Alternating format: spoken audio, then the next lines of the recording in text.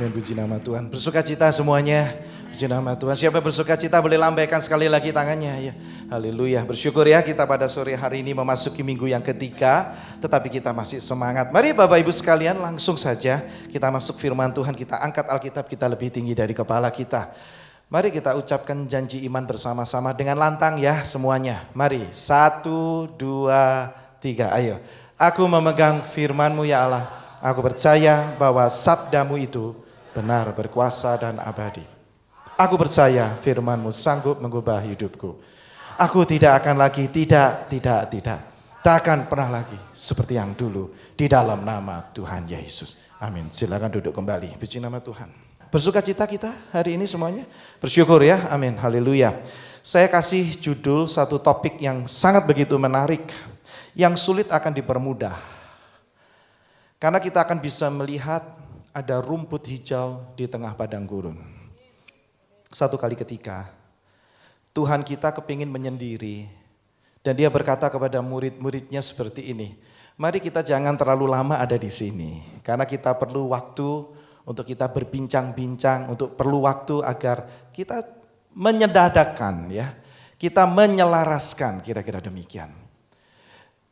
Tetapi apa yang terjadi?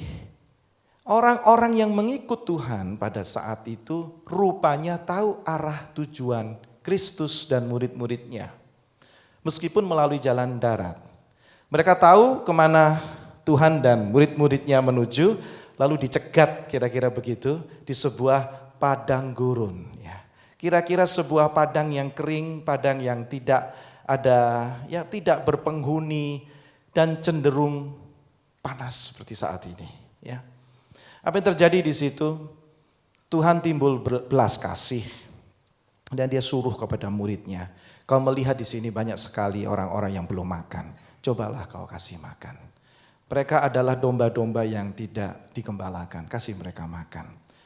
Dan mereka berkata kepada Tuhan seperti ini. Hari ini kami gak ada dana, kami gak punya uang. Ya. Apa yang perlu kami persiapkan untuk mereka? Dan Tuhan berkata sederhana saja ya.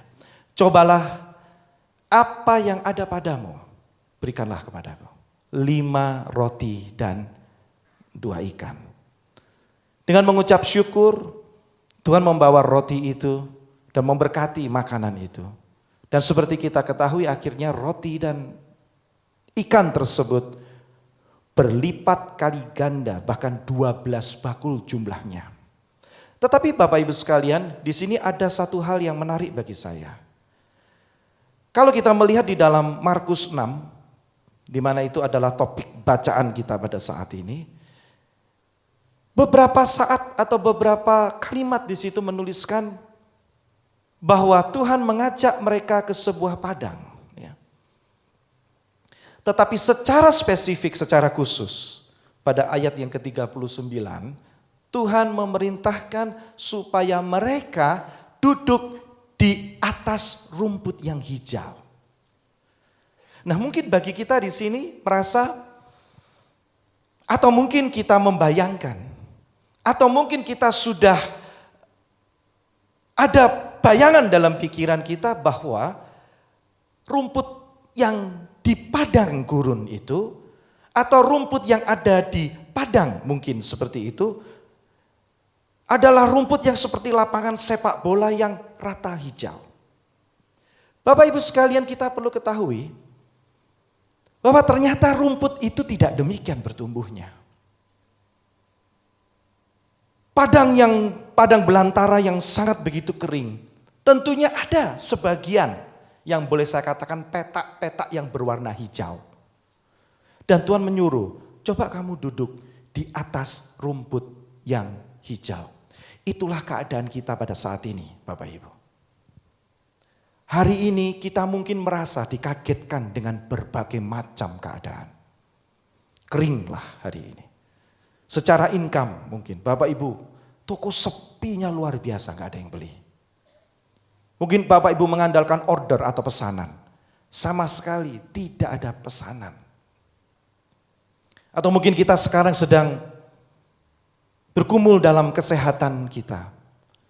Dan kita merasa pada saat ini bukan badan semakin kuat, tetapi badan ini semakin lemah. itu padang gurun Bapak Ibu. Itu padang belantara. Tetapi percaya, di tengah kesulitan itu ada jalan keluar. Amin. Di tengah kesulitan yang Bapak Ibu hadapi, saya selalu percaya hari ini mungkin toko sepi, tetapi kita akan dibedakan. Mungkin hari ini saya tidak tahu pergumulan apa yang ada dalam rumah tangga. Pergumulan apa yang ada di dalam pekerjaan. Kita ini jadi lemah. Kita jadi berpikir sangat begitu jauh. Tetapi percayalah Bapak Ibu sekalian, Tuhan memerintahkan kepada kita untuk duduk di atas rumput yang hijau. Mazmur 23. Daud mengutip kata yang sama. Memberikan analogi yang sama juga kepada kita. Dia membaringkan aku di padang yang berumput hijau. Artinya ada padang yang tidak hijau. Hari ini sepi, hari ini memang parah sekali keadaannya. Kalau saya bisa melihat sekarang ekonomi parah, ekonomi sangat begitu turun drastis. Kita bisa melihat dan itu menimbulkan ketakutan sana dan sini. Rasanya khawatir bagaimana hidup saya nanti. Bagaimana menyiapkan buat anak-anak saya bisa sekolah. Nanti ini kontrak sudah mau habis, uang sudah tidak ada. Semester datang, ini kita ya sekarang mungkin belum. Tetapi dengan keadaan seperti ini, Bapak Ibu mulai bisa berpikir apa yang bakal terjadi dalam hidup kita. Tetapi lihat Bapak Ibu sekalian, Tuhan akan membaringkan kita di padang yang berumput hijau. Meskipun hari ini ada kesulitan, saya mau katakan justru di tengah kesulitan ini Tuhan akan mempermudah hidup kita. Yusuf contohnya. Kalau kita melihat apa sih yang membuat Yusuf itu bisa kuat? Apakah karena kekuatan dia bisa bertahan? Sama sekali tidak. Itu semua karena kebaikan Tuhan. Itu semua karena goodness. Itu semua karena kemurahan Tuhan. Maka dia bisa mengucap syukur dalam segala hal. Dia bisa melihat betapa indahnya rencana Tuhan dalam hidupnya. Kalau kita lihat betapa Yusuf, dia bisa melihat mungkin aku hari ini harus hidup dengan saudara-saudaraku yang tidak mendukung aku. Hanya mungkin karena impian yang sederhana saja. Bagi Yusuf itu adalah sebuah pencapaian, sebuah pengharapan. Ya tetapi tidak semua orang bisa terima kan. Bapak Ibu loh hari ini punya harapan. Bapak Ibu hari ini punya satu cita-cita. Untuk bagaimana kita bisa melangkah maju. Tetapi ketika kita bandingkan dengan keadaan yang ada. Ketika Bapak Ibu hari ini harus berdiri, harus menghadapi kenyataan yang ada. Bapak Ibu bisa lemah. Tetapi kalau kita melihat cerita dari Yusuf ini. Terus mengucap syukur dia. Dia tetap bisa terus berjuang. Karena dia tahu ini hanya sementara. Itu yang saya sebut padang yang berumput hijau. Dia tetap melangkahkan kakinya. Potifar di keluarga yang baik. Sudah nyaman di situ. Dia tahu ini sesuatu bakal terjadi. Tidak mengejutkan bagi dirinya. Dia nyaman-nyaman saja Bapak Ibu. Dia bisa menikmati hidupnya. Dia bisa tetap berjalan dengan satu harapan yang pasti. Meskipun harus ada di penjara. Yusuf tetap punya harapan. Karena dia tahu. Meskipun keadaan ini sulit saya rasakan juga. Tetapi percayalah dalam keadaan yang sulit seperti saat ini. Tuhan bisa beri kemudahan. Itulah yang disebut padang rumput yang hijau. Artinya demikian. Tuhan gak akan biarkan Bapak Ibu untuk menjalani hidup dan cobaan ini. Kalau kita tahu bahwa itu berat, Tuhan pun lebih tahu arah daripada tujuan hidup ini. Dia tidak akan biarkan itu terjadi. Tuhan akan stop itu. Tapi seizin Tuhan kalau Tuhan biarkan itu terjadi dalam hidupmu. Kalau Tuhan itu biarkan seolah-olah. Karena Tuhan tahu kasih karunia begitu besar memberi kekuatan kepada kita. Amin. Nah, Bapak Ibu sekalian, kalau saya melihat pada usia kira-kira 65 tahun ya, Bapak Gembala senior kita. Penurunan dari kesehatannya itu begitu drastis. Sebagian kita di sini hidup dan kita tahu betapa Bapak Gembala kita yang sangat begitu sungguh-sungguh berapi-api. 3 tahun terakhir memang saya jarang sekali datang ke Kediri, jarang. Tetapi Bapak sering ke Surabaya. Tetapi ada satu momen, ada satu waktu ketika ya mungkin saat-saat siang hari ibadah tidak seperti saat ini, kita ada 6 sesi. Hanya 2 sesi pagi dan itu pun sore jam 5. Dan kalau kita melihat Bapak Gembala orang yang disiplin, jam 3 dia sudah siap ya. Bagi kita mungkin kita itu memuji dan melihat ya kita harus mencontoh itu kedisiplinan. Kalau bagi saya ya mungkin karena jadwal ibadahnya tidak terlalu penuh. Tetapi begini, saya bisa melihat betapa ayah saya sendiri ya, hidup dalam hipertensi ya. Itu tekanan darah yang begitu tinggi. Saya bisa merasakan Bapak Ibu ya. Kalau mungkin saat ini menjelang usia-usia yang semakin tambah ya. Saya bisa merasakan betapa beratnya berdiri di mimbar dengan menderita hipertensi. Jam 3 terkadang ya. Menjelang akhir hidupnya. Saya melihat Bapak itu selalu beristirahat ya. Cara istirahatnya itu sederhana, dia duduk di kamar dengan jas yang sudah lengkap. Saya datang itu ke Bapak ya. Saya bilang begini. Apa yang mau disiapkan Papi? Duduk di situ, kita bicara. Kira-kira apa yang Papi butuhkan untuk sore nanti ya. Dia duduk, pejamkan mata sejenak, dia coba kau cari kalau ayat ini kira-kira berbicara tentang apa, coba Papi di refresh ya. Dengan hanya kemampuan saya, dengan catatan yang ada, saya berusaha merefresh dan saya sampaikan kepada Bapak saya, kira-kira demikian. Ya kira-kira arahnya seperti ini. Ini yang kira-kira perlu Papi bicarakan. Oh ya nak, nanti Papi akan bicara itu. Saya bisa melihat kadang-kadang menjelang jam 4 itu dia tertidur di depan saya. Ya gak mungkin bisa dibiarkan kan tidur. Saya bangun, gimana Papi? Apa Papi tidak mau siapkan orang kah untuk khotbah? Dan kita tahu kan jawabannya Bapak Gembala apa? Tidak usah. Tidak perlu. Tetapi jujur, kalau saya tidak cerita hari ini, Bapak Ibu mungkin tidak tahu. Karena sekian tahun, pernahkah Bapak Gembala tidak berkhotbah 1 minggu saja? Tidak pernah Bapak Ibu. Sekian tahun dia melayani, pernahkah Bapak Gembala terlihat lemah dalam khotbah? Tidak pernah sama sekali. Mukanya merah, dia bisa berdiri dengan semangat. Rasanya berbeda sekali dengan 1 jam sebelumnya. Lalu saya berpikir, apakah itu kekuatan yang datang dalam dirinya? Tidak Bapak Ibu, itu semuanya goodness of God. 3 tahun terakhir sebelum Bapak dipanggil Tuhan, bisa berdiri dan bisa berkhotbah, itu semua karena kebaikan Tuhan. Saya juga mengingat tentang diri saya sendiri. Tentu saya juga kehilangan ya. Ketika Bapak Gembala harus dipanggil Tuhan, saya tidak dipersiapkan untuk berkhotbah. Jangankan bikin khotbah, bikin catatan khotbah yang rapi pun saya tidak pernah.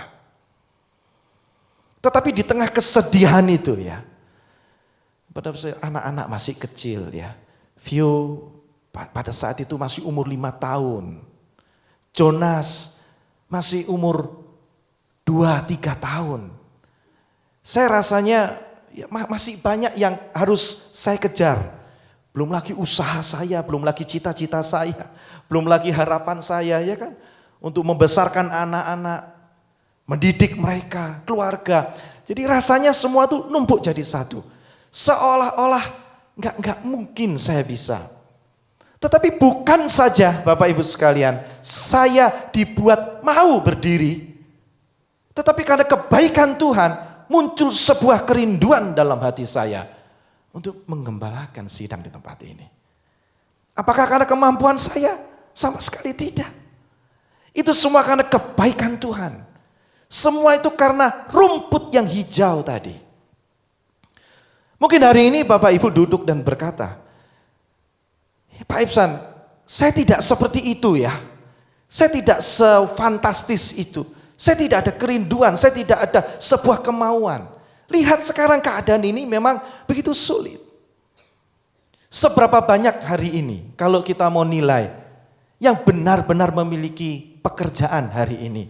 Jujur Bapak Ibu, sulitnya luar biasa. Kalau kita hari ini mau mengukur seberapa banyak kita yang ada pada saat ini. Secara ekonomi benar-benar mendapat seperti sebelum pandemi. Hampir gak ada. Drop, semuanya turun. Rumah tangga terganggu, kesehatan terganggu. Tetapi hati-hati terhadap apa yang kita pikir. Karena semua itu bermula dari pikiran kita. Kita harus berpikir sesuatu yang baik seperti Yusuf tadi. Dia berpikir kalau saya tidak melalui permasalahan seperti ini, saya tidak akan ada, saya tidak akan naik, saya tidak akan menempati posisi yang semua orang dambakan. Begitu pula kita hari ini. Tanpa kita berjalan melalui padang gurun, Bapak Ibu gak mungkin sampai ke tanah perjanjian, amin. Tetapi itu pun di padang gurun, Tuhan berikan rumput yang hijau. Nah, firman Tuhan di sini sudah mungkin membuka mata kita. Orang yang berjalan dan selalu mengucap syukur, yang selalu berpikir tentang hal-hal yang baik, yang manis, yang suci. Bahkan ayat berkata yang enak didengar. Semuanya pikirkanlah itu. Masukkan dalam pikiran kita, itu yang saya sebut padang rumput yang hijau. Bukan padang rumput yang kering. Sekali lagi Bapak Ibu, ini hari keadaannya kering semuanya. Mungkin Bapak Ibu sekarang terkejut dengan keadaan anak-anaknya. Ada sebagian, saya sudah tidak tahu lagi ya bagaimana anak-anak saya ini bisa dikendalikan lagi. Tetapi apakah Bapak Ibu berhenti berharap? Hari ini Bapak Ibu tidak ada pekerjaan. Seperti sebagian besar kita di sini. Cari kerja sulit. Cari orderan, boro-boro orderan. Masuk aja sama sekali gak ada. Berapa sih di antara kita yang duduk di sini yang punya usaha, mungkin toko. Bisa jadi satu hari gak ada satupun yang masuk. Tapi percayalah, di tengah kesulitan itu, secara simbolis, Tuhan ngajar kepada kita, masih ada jalan keluar. Masih ada rumput yang hijau itu. Bayangkan kita kalau rumput itu semuanya hijau, gak begitu Bapak Ibu. Anak-anak muda di sini yang suka bermain sepak bola kan tahu. Bahkan di lapangan bola pun, yang benar-benar dari peta lapangan bola yang benar-benar hijau, itu hanya kita tonton di televisi. Tetapi sebenarnya lapangan itu tidak semuanya hijau, benar? Bahkan sebagian besar kalau dikaitkan dengan keadaan sekarang, saya berani berkata, lapangan itu kering Bapak Ibu. Tetapi masa sih dari seluruh besarnya lapangan itu tidak ada rumput yang hijau? Dan Tuhan berkata, aku tempatkan kamu di rumput yang hijau seperti itu. Dan itu bukan karena kekuatan kita. Bukan karena kekuatan saya, bukan karena saya belajar, bukan karena saya menyiapkan diri. Sama sekali tidak. Tapi karena kebaikan Tuhan itu. Dari kemerosotan ini, hati-hati kita berpikir, jangan-jangan nanti usaha saya berhenti. Lalu Bapak Ibu terlalu cepat mengambil kesimpulan. Dalam mungkin hubungan berumah tangga, saya tidak tahu sampai di mana Bapak Ibu berada. Mungkin kekeringan itu sudah ada. Dan Bapak Ibu rasanya sudah tidak mungkin lagi ini saya bisa pertahankan. Lalu Bapak Ibu sekalian mengambil satu kesimpulan, Kayaknya aku ini berada di padang yang kering kerontang. Tetapi secara simbol, Tuhan bilang, aku tempatkan engkau di padang yang berumput hijau. Selalu ada jalan, dan itu bukan karena kekuatan kita. Only the goodness of God. Di perjanjian lama, ada seorang wanita yang bernama Ruth. Ketika suaminya boleh meninggal di medan perang, Ruth mengambil satu keputusan untuk ikut mertuanya yang bernama Naomi.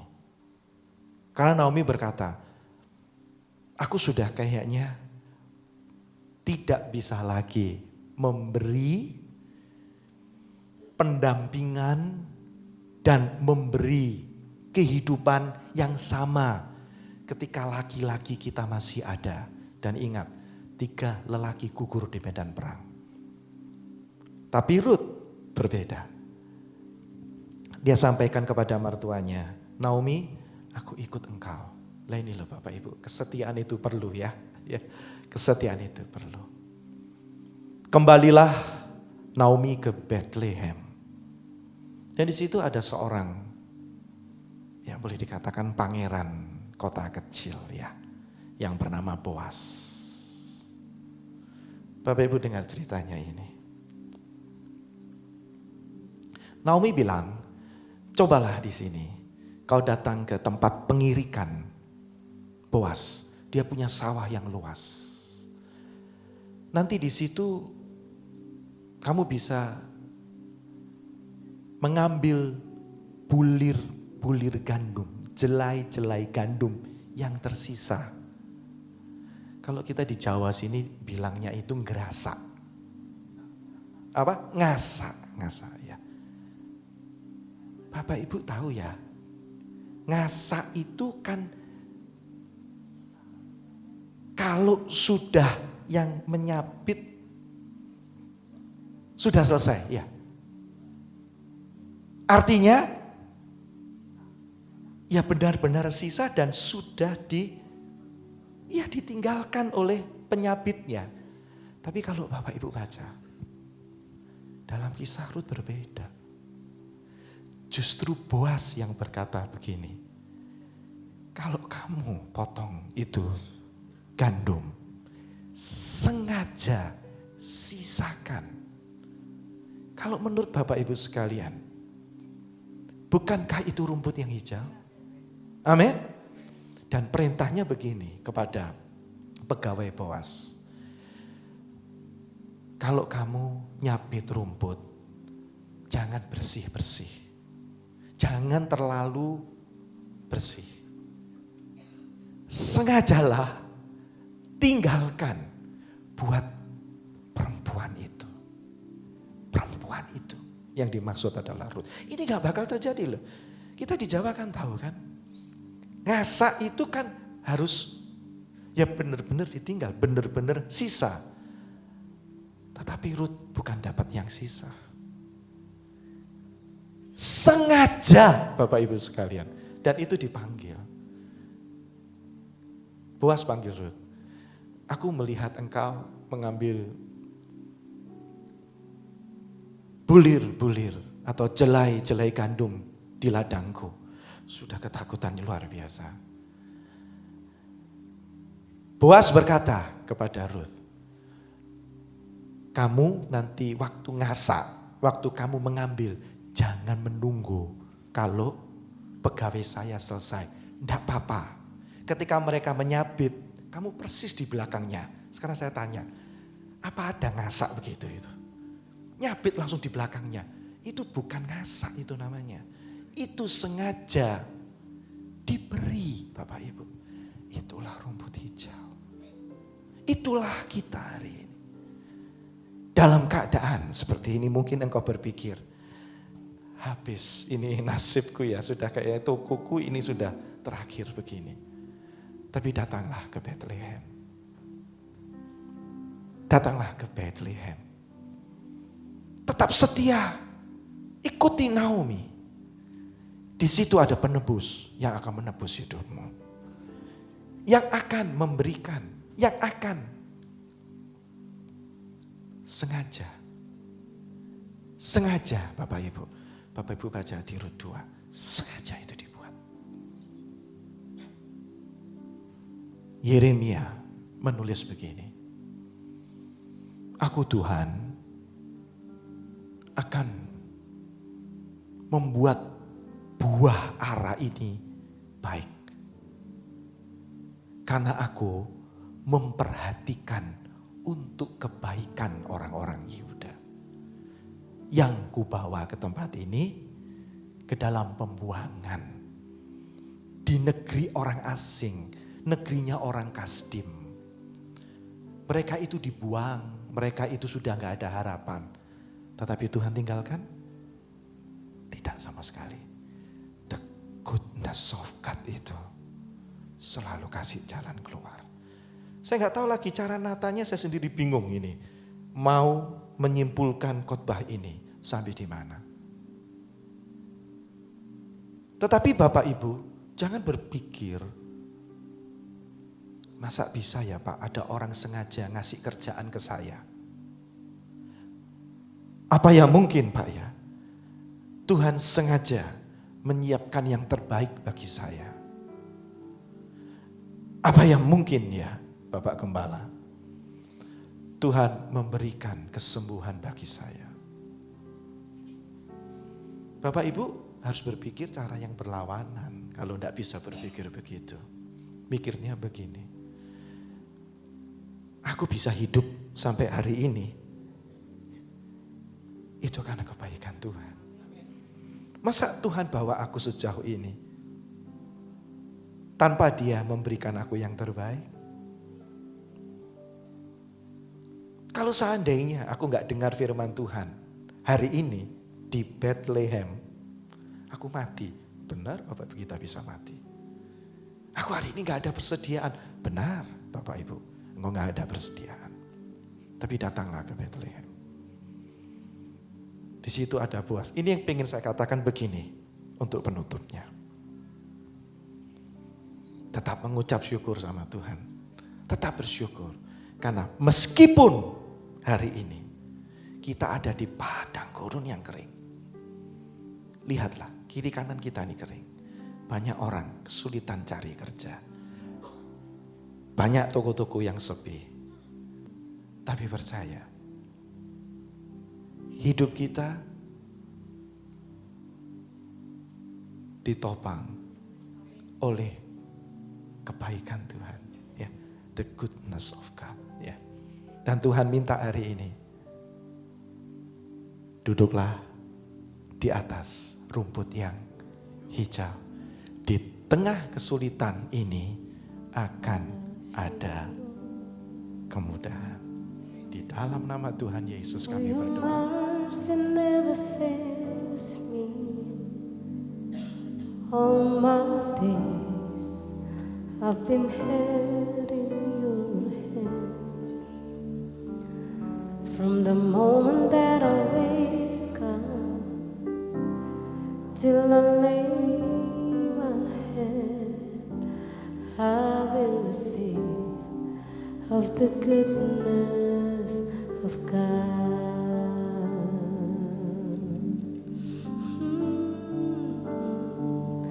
I love your voice. You have led me through the fire in darkest night. You are close like no other. I've known you as a father, known you as a friend. I have lived in the goodness of God. All my life you have been faithful. All my life you have been so good. With every breath that I am able, I will sing the goodness of God.